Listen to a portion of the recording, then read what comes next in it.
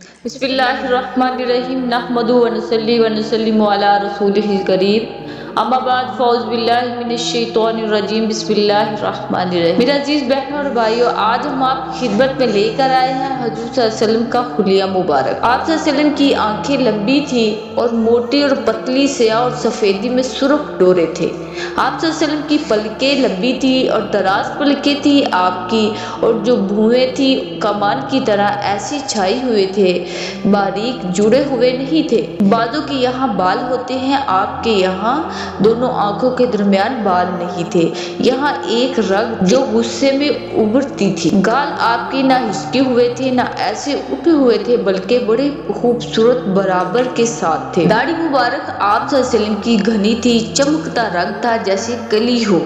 اس میں لطافت بھی ہوتی ہے، چمک بھی ہوتی ہے، تو کلیوں جیسی آپ کے چہرے میں لطافت تھی اور کلیوں جیسا آپ کا کھلتا ہوا رنگ تھا، تو ایک نور چمکتا تھا اس میں۔ جب کبھی آپ مسکراتے تھے تو دیواروں پر بھی جا کے اس کی چمک پڑتی تھی، سبحان اللہ۔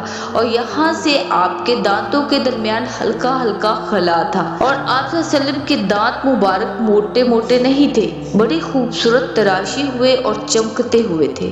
جب آپ صلی اللہ علیہ وسلم مسکراتے تھے یوں لگتا تھا جیسے بجلی چمک رہی ہو، اسی طرح تھے۔